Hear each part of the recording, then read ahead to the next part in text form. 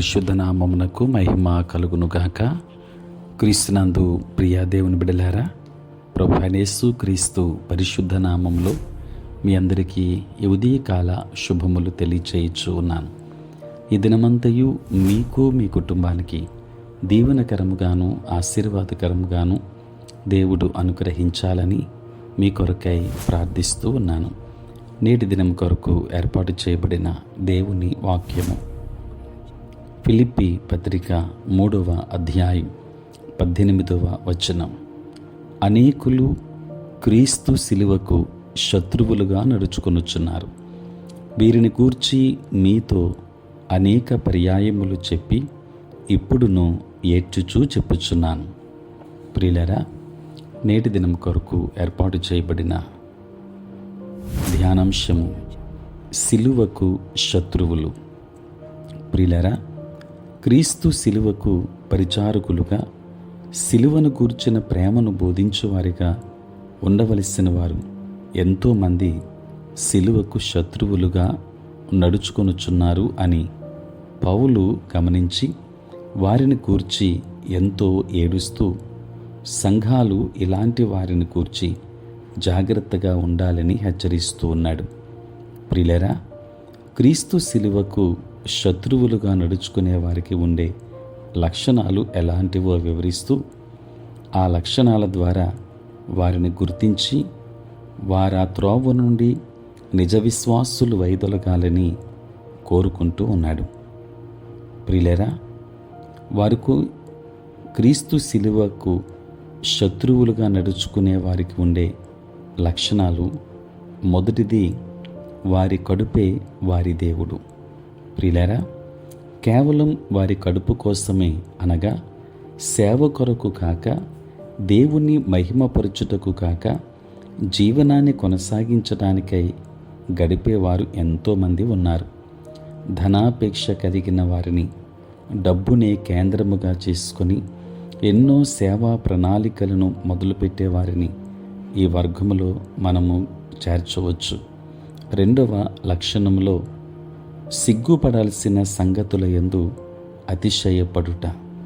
ప్రియులారా, సిగ్గుపడాల్సిన సంగతుల యందు అతిశయపడుట అనగా దేవునికి విరోధమైన కార్యాలు ఎన్నో చేస్తూ, మోసాలు చేస్తూ, అయోగ్యమైన ప్రవర్తన కలిగి జీవిస్తూ కూడా తామేదో దేవుని గొప్ప సేవకులమని, గొప్ప విశ్వాసులమని విర్రవీగేవారు ఈ వర్గముగా మనము గుర్తించాలి.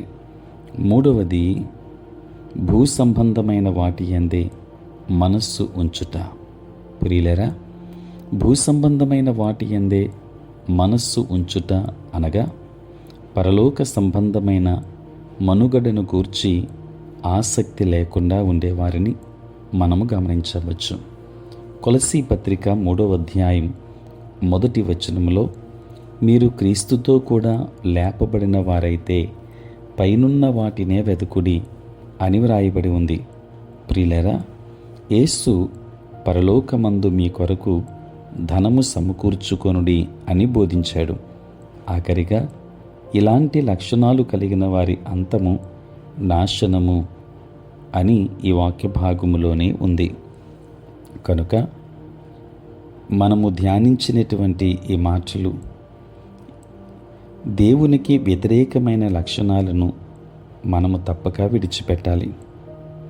ప్రియులారా, దేవుని వాక్యము ద్వారా మనము హెచ్చరింపబడి శిలువకు శత్రువులుగా ఉండేటువంటి వారి కొన్న లక్షణాలను మనము గుర్తెరిగి, ఆ లక్షణాలు ఒకవేళ మనలో ఉంటే వాటిని మనం విడిచిపెడతాం.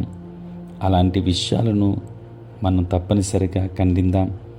దేవునిపై ఆశ పెట్టుకొని జీవిందాం. దైవాశీర్వాదాలు పొందుకుందాం. దేవుడు మిమ్మల్ని, మీ కుటుంబాన్ని దీవించునుగాక. ఆమేన్. ప్రార్థన. పరిశుద్ధుడైన తండ్రి, ప్రేమ కలిగిన ప్రభువా, మీ పరిశుద్ధ నామమునకే వందనాలు, స్తుతులు, స్తోత్రాలు చెల్లిస్తున్నాము నాయన. రాత్రంతయు కాపాడి సంరక్షించి సుఖనిద్రను మాకు దయచేసి మా జీవితంలో మరి యొక్క నూతన దినమును మీరు మాకు అనుగ్రహించినందులకే స్తోత్రాలు. ఈ దినమంతా కూడా మీ సన్నిధి మాతో ఉంచండి. మీ ప్రసన్నత మాకు అనుగ్రహించండి. మా ప్రతి బలహీనత నుండి విడుదలనివ్వండి. నేటి మా పనులలోనూ ప్రయాణములలోనూ పరిచర్య అంతటిలోనూ మీరే తోడుగా ఉండండి దేవా. స్తోత్రాలు చెల్లిస్తూ ఉన్నాను ప్రభు. దేవా, తండ్రి పుట్టినరోజు పెళ్లి రోజు జరుపుకొనుచున్న బిడ్డలను మీరు దీవించండి. నూతన ఆశీర్వాదాలు మెండుగా వారికి అనుగ్రహించండి. యేసయ్యా నీకు స్తోత్రాలు ప్రభువా. ఈ సమయంలో ప్రత్యేకించి తండ్రి నీ ప్రియ బిడ్డలందరి నిమిత్తం ప్రార్థిస్తున్నాను. ఎంతోమంది అనారోగ్యాలతో ఉన్నారు, జ్వరాలతో బాధపడుతూ ఉన్నారు. అటు బిడ్డలను మీరు దర్శించండి, ఆరోగ్యవంతులుగా చేయండి. సమస్యలతో ఉన్న కుటుంబాలు ఉన్నాయి, వారికి సమాధానాన్ని ఇవ్వండి.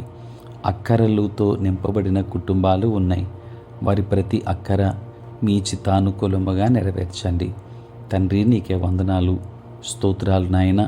చదువుకుంటున్నటువంటి బిడ్డలను జ్ఞాపకం చేసుకోండి, వారికి కావలసిన జ్ఞానమునివ్వండి. సార్వత్రిక క్రైస్తవ సంఘాన్ని దీవించండి. నీ సేవా పరిచర్య చేయుచున్న ప్రతి సేవకుని దీవించి ఆశీర్వదించుమని తండ్రి ఈ ప్రాతకాలపు ధ్యానములలో ఏకీభవిస్తున్న ప్రతి ఒక్క కుటుంబాన్ని, ప్రతి బిడ్డను దీవించండి. యేసు నామములో ప్రార్థించి వేడుకొనుచున్నాము తండ్రి, ఆమేన్. తండ్రి, కుమార, పరిశుద్ధాత్మ త్రియేక దేవుని దీవెన సదా మీకును మీ కుటుంబానికి తోడై ఉండును గాక. ఆమేన్.